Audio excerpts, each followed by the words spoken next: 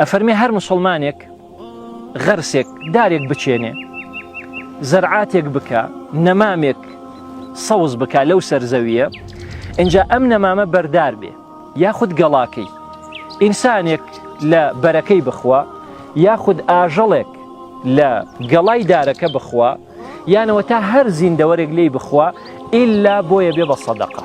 بۆچی؟ لەبەری ئەم هات ژینگەی جوان کرد، ئەم هات سروشتەکەی ڕازاندەوە. خوای گەورە باڵا دەست بەڕاستی کاتێککە ئادەم سەلامی خوای لێبێ کە باوکمان لەم سەرزەویە کردوێتی بە خەلیفە، ئەمری پێ کردووە کە ئەم زەویە ئاوەدان کاتەوە.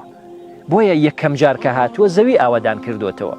ئاوەدانکردنەوەی زەوی ئەوەیە کە ماڵی تێدا بکەی، مزگەوتی تیا بکەی. ئاوەدانکردنەوەی زەوی ئەوەیە کە تۆ ژن و ژنخوازی تیا بکەی، نەوەی چاک و نەوەی باشی تیا بخەیتەوە. بۆیە فەرموویەتی پێغەمبەر صلی الله عليه وسلم من ئەحیا ئەرضا